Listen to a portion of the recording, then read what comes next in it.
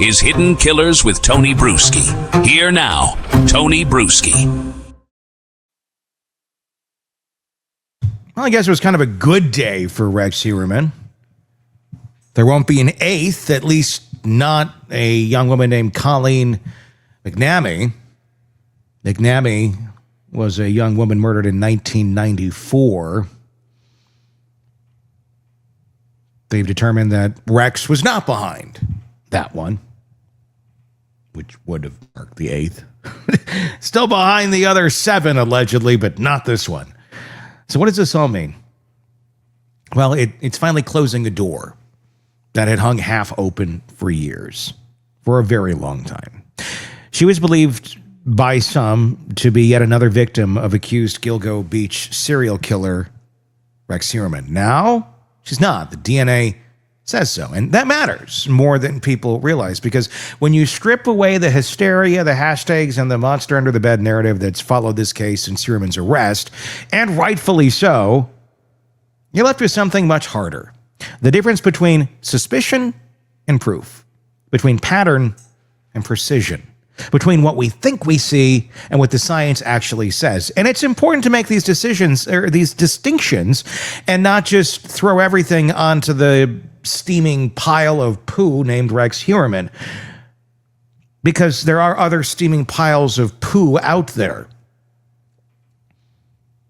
And they should be caught and recognized and held accountable for their crimes too. Don't just pile everything onto the one guy because it's the easiest one to do at this moment in time. Certainly take him down for the ones that we know, but that's something that happens in cases like this, where you have so much destruction, so much death. There is a temptation to, well, it looks like the shoe kind of fits. Add it in. We'll get him convicted on that too. And what cost? Well, the DNA says you can't on this one. Colleen McNamee was 20 years old when her body was found near the William Floyd Parkway in Shirley, Long Island. She was beaten, strangled, and left in the open like a discarded secret. It was 1994. It was a brutal decade for women working on the fringes across Long Island, women who vanished and were later found dumped in marshes, parks, and wooded edges of the same region. The stories blurred together in memory and media coverage, all carrying the same haunting notes. Vulnerability, violence, silence. And the public's reaction? Well, they're the unwanted ones anyhow, so why should we care? I know, pretty sick and cold way of looking at human beings, correct? It made sense, at least superficially, that investigators and reporters wondered if McNamee's name was part of the same tapestry as the Gilgo Beach murders. And yeah, certainly want to cross that bridge and see where it leads. The timing, the geography, the profile, it all looked familiar. Then, in 2023, the arrest of Rex Heuermann gave everyone a new gravitational center to orbit around. The man who supposedly fit the profile, the quiet architect from Massapequa Park, whose Google searches, secret accounts, and cold clinical double life made him the perfect face for a suburban horror story. But DNA doesn't care about storytelling. It doesn't care about archetypes or villains or whether something fits. It just tells you yes or no, and this time it said no. Suffolk County Coroner's report dated October 21st made it official. Rex Heuermann is excluded as the contributor of DNA labeled unknown male A from the McNamee case. The science didn't hedge its bets, assuming the mixture was clean, assuming there was no dropout or contamination. Heuermann was not the source, period. And that changes the landscape in a subtle but important way, because if the last few years have taught us anything about the Gilgo investigation, it's that everyone from armchair sleuths to professional pundits loves to assume more. More victims, more buried secrets, more blood, and there may be, but not in this hole. But now we've got something rare in this universe of speculation, a confirmed less. The irony, the person who pushed for that DNA test wasn't Heuermann's defense team, it was another killer John Bittrolff, a former carpenter from Marionville, serving 50 years to life for the murders of 2 women, Rita Tangretti and Colleen McNamee. He tried to shift the blame to say, maybe it was Heuermann all along. Well, the test blew that theory apart. So one killer trying to deflect onto another inadvertently gave us one of the few moments of clarity the case has offered.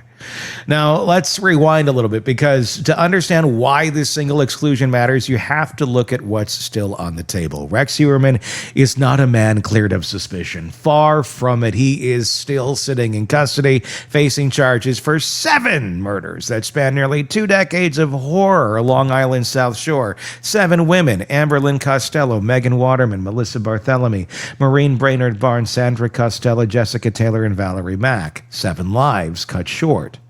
7 families haunted by the same kind of grief. One that's half agony, half unfinished sentence. Their bodies were found between 1993 and 2010, most of them in or near Gilgo Beach. Some dismembered, some wrapped, some scattered in the thickets of marshland that border the ocean like nature's own crime scene tape. The pattern was chilling, methodical, and for years, unsolved. When investigators finally circled back in 2022 under Commissioner Rodney Harrison, they started stitching together threads that had been ignored or lost. Burner phones, overlapping cell towers, grainy car descriptions, and degraded hair samples. Those hairs, rootless, brittle, decades old, became the lifeline. Modern tech found partial matches to DNA from Heuermann's wife and daughter. That alone didn't prove murder, but it proved proximity. It proved presence. And in a world of cold case forensic, proximity is kind of everything. That's the difference between Heuermann's accused victims and Colleen McNamee. The evidence lines up in the 7 charged murders. DNA, geography, timing, the behavioral profile of a killer, and what prosecutors have described as a planning document found in Heuermann's home. A grotesque handwritten playbook complete with lessons learned. It's hard to hear those 2 words, lessons learned, and not think of someone cataloging his own efficiency at killing. And that's essentially what it was in his document. But McNamee, her story belongs to another monster entirely. Bittrolff was convicted of her murder back in 2017. Along with that, Rita Tangretti, another sex worker, murdered just a year earlier. Both women were beaten and strangled. Both left discarded in wooded areas of Suffolk County. Forensic evidence, blood, and semen tied him directly to those scenes. It was a slam dunk conviction, but in the twisted logic of the criminal mind, Bittrolff later tried to turn that conviction into leverage, arguing that McNamee in that case might not have been him at all. Enter Heuermann, already the poster child for every unsolved killing in Long Island history. It was convenient to invoke him, a bigger, newer boogeyman. But again, DNA doesn't bend to convenience. It just answers the question, and the answer, it said loudly, was no. The takeaway here isn't just that Heuermann didn't kill McNamee. It's that we can now see the edges of his alleged violence a little more clearly. For all the talk of serials who just keep going, this finding reminds us that not every predator owns every body that fits a pattern. Sometimes evil has a zip code. Sometimes it's divided by streets, towns, or years. Sometimes 2 monsters hunt in the same woods without ever crossing paths. It's a grim kind of relief. For Suffolk County prosecutors, the ruling also tightens their case narrative. They don't need more bodies. They need more certainty. Every confirmed exclusion sharpens a story that they'll tell a jury one day. That Heuermann didn't just kill, he hunted. He planned, he stalked with precision. He hid behind a double life as an architect, a father, a man whose Google history reads like a dissertation on domination and disposal. For the defense, ironically, the McNamee exclusion is a talking point. See, they'll say, they thought he was responsible for that one too, and he wasn't. Except that argument in court, that probably might not hold quite as much water. But expect it to appear in interviews, filings, motions. That's how this game works. One confirmed no becomes a seed of doubt about all the yeses. But context still matters. In the McNamee case, the DNA found belonged to someone else, someone already convicted. In the Gilgo Beach cases, the DNA, the digital trails, and the behavioral mapping keep leading back to the same man. And if you look at the sum total of evidence, hair fragments, cell phone triangulation, search histories, witness accounts, it paints a very different portrait than the one Bittrolff painted for himself. Still, for the families of the women found on Long Island's marshes, it's not about technicalities, it's about truth. Whatever form that truth takes. From Colleen McNamee's family, that truth already came in 2017 when her killer was convicted. For others, it's still waiting somewhere in court filings and forensic databases years after their loved ones were stolen. And this is where it gets uncomfortable for the true crime audiences follow the Heuermann case like a serialized drama. Every time another murderer or another murder gets ruled not him, it chips away at the fantasy that one arrest can solve everything. The Gilgo investigation was never clean or simple. It was a patchwork of overlapping eras, offenders, and methods. Some of these women were murdered by different men who used the same highways, the same anonymity, and the same disregard for human life. The Long Island serial killer might really be the Long Island serial killers, plural. So when we hear that Heuermann's DNA was excluded from one of those early cases, we shouldn't read it as an exoneration. We should read it as clarification. The truth doesn't shrink in moments like this. It becomes sharper. It tells us we were right about the horror, just wrong about who owned which piece of it. And maybe that's the most chilling revelation of all. There was more than one predator hunting those roads. There still is. As for Heuermann, his story is far from over. The prosecution's case keeps building. More than 2 years since his arrest, he remains jailed without bail. Investigators in this case say he kept trophies, searches, and planning documents. Witnesses describe him as awkward and detached, a man who could vanish emotionally in the middle of a conversation.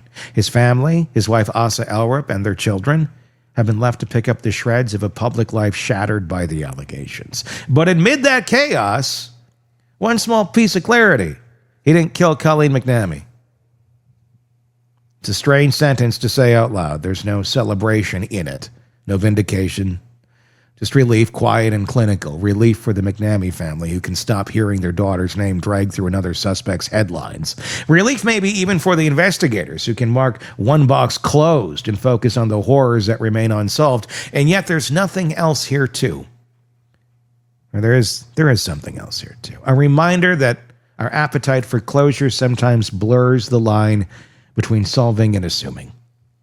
For years, we've wanted the Gilgo Beach mystery to end with a single villain, one name that could tie together decades of fear. But every new piece of data, every confirmed exclusion, every new suspect shows us the truth is a lot messier. So yes, there won't be an eighth, at least not this one. But there were 7. 7 that the state still says Rex Heuermann did kill.